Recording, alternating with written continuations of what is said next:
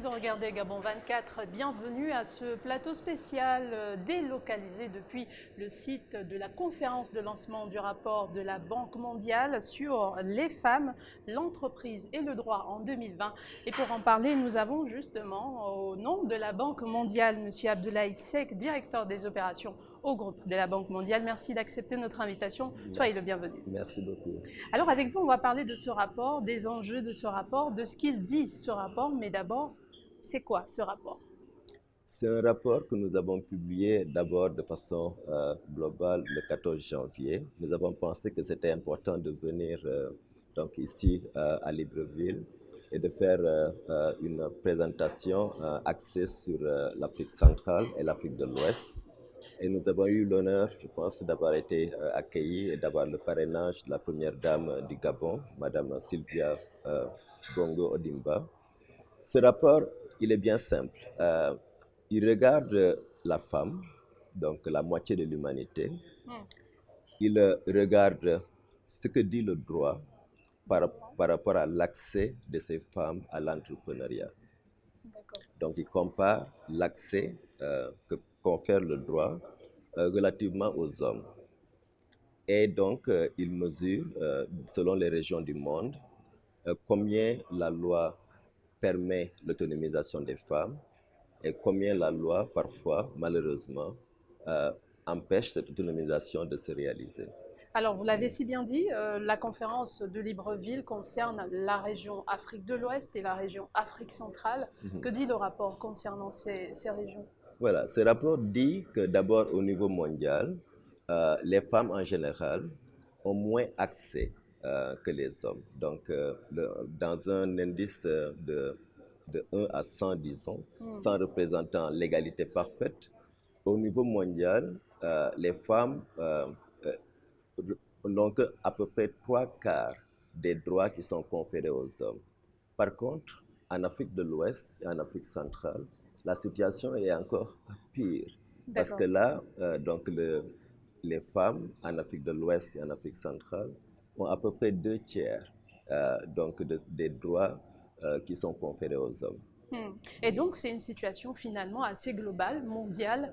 Est-ce qu'aujourd'hui, on a raison de considérer ces inégalités comme un véritable fléau auquel il faut s'attaquer?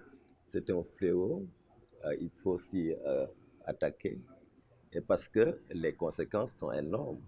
Je pense que une des évaluations que ce rapport fait, c'est que si l'égalité était parfaite, l'économie aurait pu croître de 4 000 milliards de dollars. Donc, c'est un frein très important aujourd'hui. Même à la croissance économique mondiale. Exactement. Et donc, je pense qu'il y a un potentiel extraordinaire aujourd'hui qui n'est pas exploité. Les femmes pourraient contribuer plus, mais ne le font pas à cause des lois qui les tirent par derrière. Donc, c'est vrai au niveau mondial, mais comme je l'ai mentionné, c'est encore plus vrai en Afrique de l'Ouest et en Afrique centrale. Alors, les lois, c'est les hommes qui les font, les hommes avec grand H, bien sûr. Qu'est-ce qui, ou durant votre enquête, qu'est-ce qui, selon la Banque mondiale, pose encore problème? Pourquoi les lois ne réussissent pas à égaliser les hommes et les femmes? Bon, le rapport constate quand même qu'il y a des progrès. Il y a des évolutions, des lois sont adoptées, des pays ont fait des efforts importants. Par exemple, on a dans cette année, au niveau donc de l'Afrique centrale et l'Afrique de l'Ouest, on peut citer le cas, par exemple, de la République démocratique du Congo qui a fait des réformes importantes. Il y a également Sao Tomé qui a fait des réformes importantes.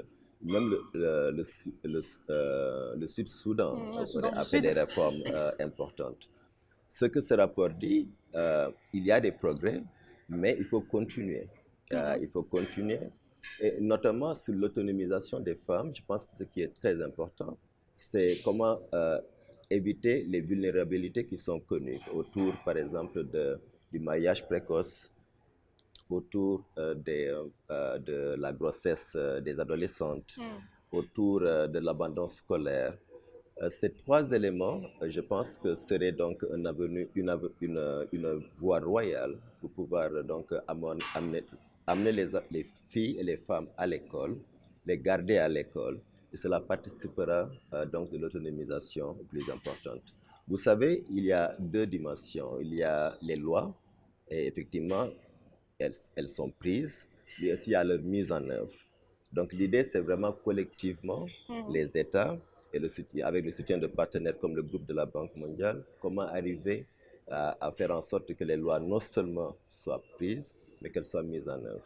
Alors, au cours de la conférence, on a entendu parler de beaucoup de freins, justement, à ce qui freine aujourd'hui pour qu'on ne parvienne pas à ce niveau-là. On a parlé du poids de la culture, par exemple, avec le poids des traditions. On a parlé du manque de mutualisation même entre les femmes et surtout un manque d'union dans l'effort entre l'État, la société civile, les organisations non gouvernementales et les femmes elles-mêmes.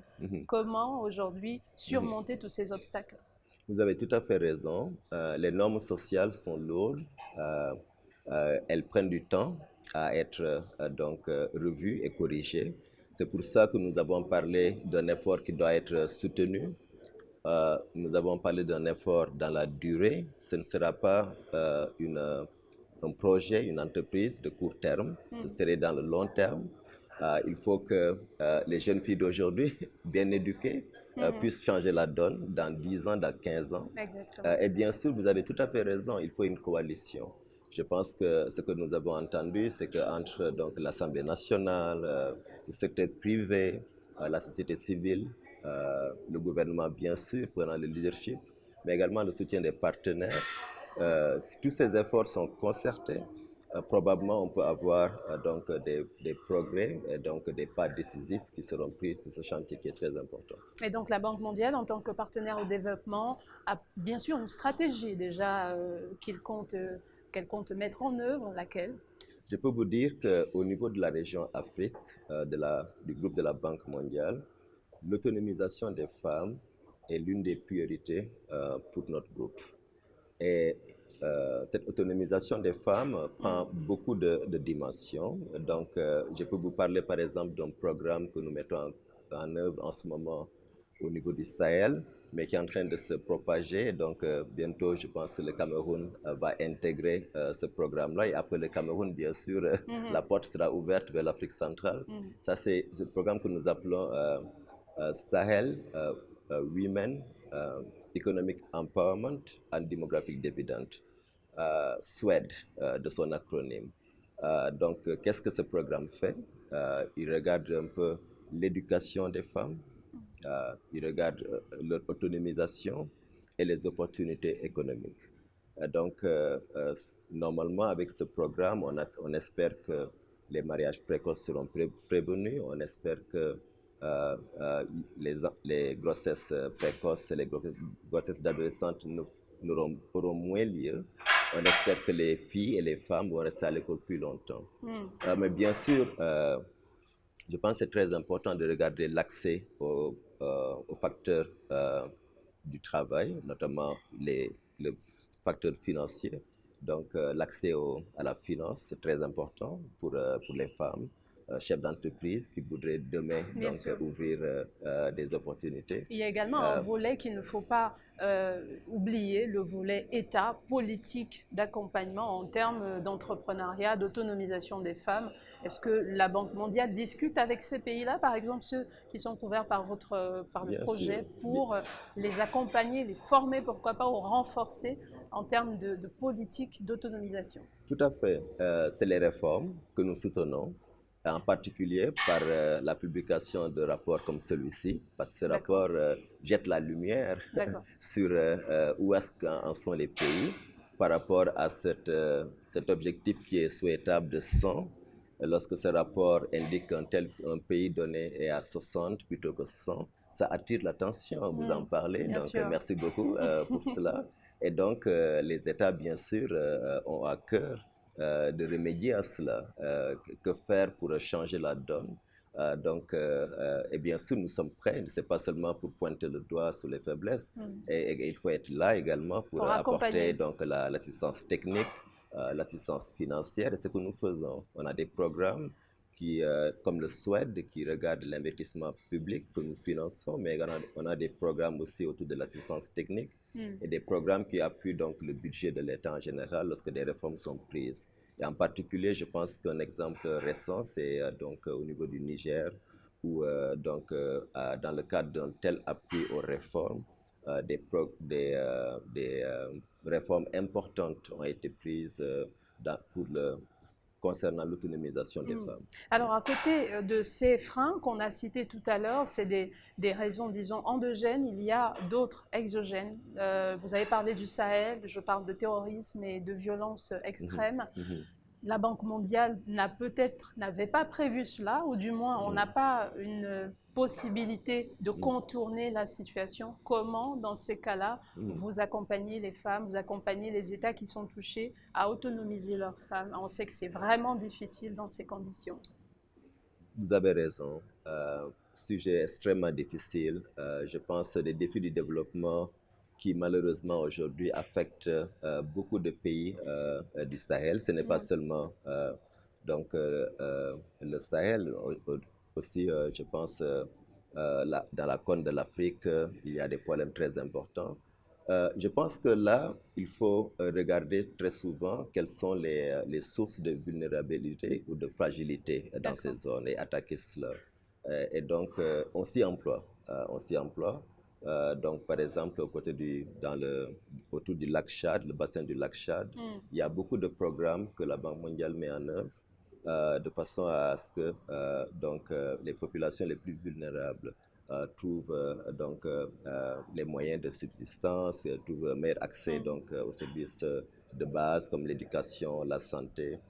Très souvent, il y a eu des frustrations dans ces régions à cause d'un accès inégal aux services essentiels.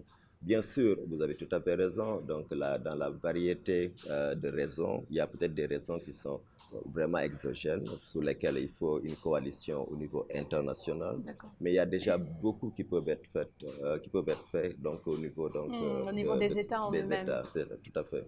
Avec l'appui de la Banque mondiale. Avec l'appui de la Banque mondiale. Merci beaucoup, Monsieur Abdoulaye Seck. Je rappelle que vous êtes donc directeur des opérations de groupe de la Banque mondiale. Merci à vous de nous avoir suivis. C'est la fin de ce plateau spécial depuis la conférence de lancement du rapport 2020 de la Banque mondiale sur les femmes, l'entreprise et le droit. À très vite sur nos antennes.